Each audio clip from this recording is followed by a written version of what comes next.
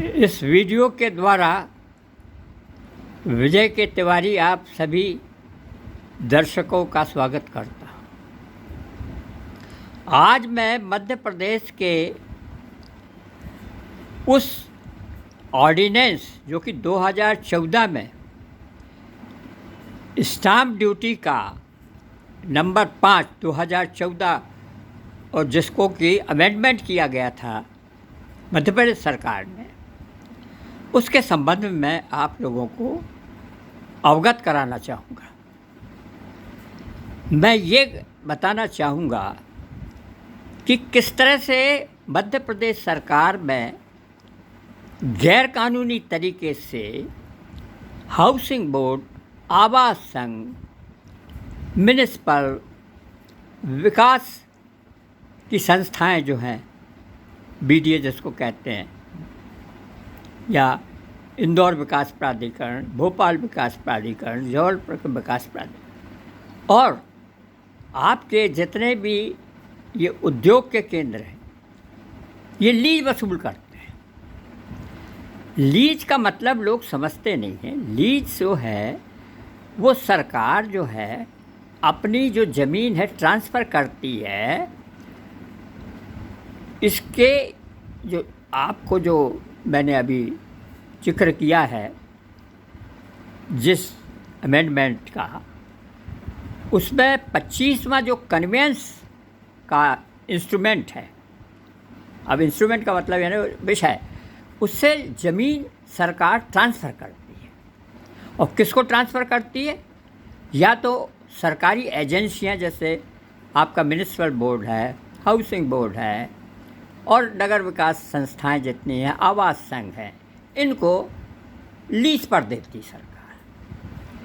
तो इनमें जो मकान बनाने वाली संस्थाएं हैं, जैसे आवास संघ है, गृह निर्माण जो आपका हाउसिंग बोर्ड है, या आपका ये विकास संघ है, ये जितनी भी संस्थाएं जो मकान बनाती हैं, जो ही इन्होंने मकान बेचा तो मकान तो सरकारी ज़मीन पर है। तो होता क्या है कि ये संस्थाएं जो कि पहले ही सरकार को पैसे दे देती हैं ज़मीन का, तो ये ज़मीन का पैसा लेती हैं, मकान का पैसा लेती हैं और रसीद देना इनको चाहिए ताकि जा कर के इसका रजिस्ट्रेशन करा लें। तो जब ये मकान बिकता है तो ज़मीन का रजिस्ट्रेशन होता है और इसका जो इंस्ट्रूमेंट 62 है, उस 62 के अनुसार जब किसी व्यक्ति के नाम पर ये लीज ट्रांसफ़र होती है तो उसका नामांतरण हो जाता है, मतलब उसको फ्री होल्ड हो जाता है। और फ्री होल्ड होने के बाद आप उससे लीज वसूल नहीं कर सकते। उसमें साफ लिखा है 62 इंस्ट्रूमेंट में कि एक लीज होल्डर अंडर लीज नहीं ले सकता है, लेकिन बड़े मज़े से अंडर लीज ले रहे हैं। आप अगर कोई मकान बेचेंगे तो इन लोगों को बहुत पैसा देना पड़ेगा, इन संस्थाओं को, और रजिस्ट्रेशन का जो रजिस्ट्रार हैं, सब रजिस्ट्रार वही पैसे मांगेंगे कि जाइए आप एनओसी लाइए। तो ये जो भ्रष्टाचार आज 20-50 साल से चल रहा मध्य प्रदेश में, इसे कोई रोकने वाला नहीं। और इस संबंध में मैंने चीफ सेक्रेटरी को भी लिखा। तो मेरी मोदी जी से प्रार्थना है कि सबसे पहले आप इन भ्रष्टाचार को हटाइए, इन अधिकारियों को जिनको कि ज़मीन का मतलब नहीं मालूम। ज़मीन सरकार की प्रॉपर्टी है, ये किसी की प्रॉपर्टी नहीं होती। सिर्फ जो नागरिक है संविधान की धारा 19 के अनुसार वो इस पर अपना मकान बना सकता है, वो ट्रांसफ़र वारिसों को कर सकता है, और उस पर जब तक स्टाम्प ड्यूटी नहीं लगेगी तब तक उस वारिस के नाम वो उसका कोई भी भाग किसी भी लड़के लड़की के नाम नहीं हो सकता जब तक कि स्टाम्प ड्यूटी लगे। तो स्टाम्प ड्यूटी का मतलब क्या होता है?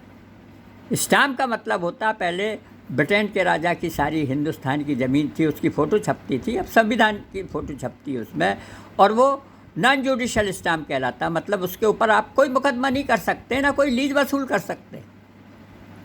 लेकिन धड़ल्ले से आप लीज वसूल कर रहे हैं और अभी तक पता नहीं कितनी लीज वसूल कर रहे हैं। अब दूसरी बात मैं ये कहना चाहता हूँ कि सरकार को हर जितने भी आपके आदेश निकालते हैं या आप लीज वसूल कर रहे हैं अभी दिनों से, तो उसको रूल बताइए, जबकि हाउसिंग बोर्ड के रूल ही नहीं बने। केवल उन्होंने 1998 में शायद अपना पेंशन वगैरह के रूल बनाए, बाकी के रूल बने ही नहीं, जो कि सबसे इम्पॉर्टेंट हैं। इसकी धारा 30, 32, 33, 34, इन पर तो आपको रूल बनाने चाहिए, क्योंकि आप मकान बनाते हैं इस पर। अब तीसरी बात यह कि इन्होंने इंफ्रास्ट्रक्चर का भी एक अलग से अमेंडमेंट किया है, उसकी पता नहीं प्रेसिडेंट से असेंट ली या न ली। तो इतना भयंकर भ्रष्टाचार व्याप्त है मध्य प्रदेश में, जिसको कि मोदी जी को हटाना पड़ेगा, नहीं तो ये सरकार जो है अगले साल तक, अगले चुनाव तक बमुश्किल ही आएगी। तो दोस्तों, आप में से कोई भी पानीदार व्यक्ति हो तो इसको उठाइए, इस मामले को, और स्टाम्प ड्यूटी एक्ट 2014 अमेंडमेंट जो हुआ है नंबर 5, इसको ले जाइए और बताइए 62वां इंस्ट्रूमेंट, जिसमें कि लीज ट्रांसफ़र होती सिर्फ किसी व्यक्ति के नाम पर, और किसी के नाम पर लीज ट्रांसफ़र नहीं होती, और जब ट्रांसफ़र हो जाती है तो उससे आप लीज वसूल नहीं कर सकते।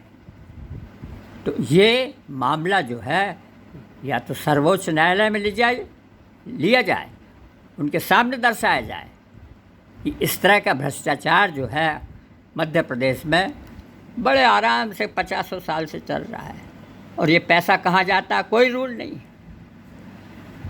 तो धन्यवाद मित्रों, इसको सुनिए और इस पर अमल कीजिए, और मैं आपको बार बार आपका शुक्रगुजार हूँ कि आप इस वीडियो को देखिए, समझिए और इस पर अपना निर्णय लीजिए। धन्यवाद।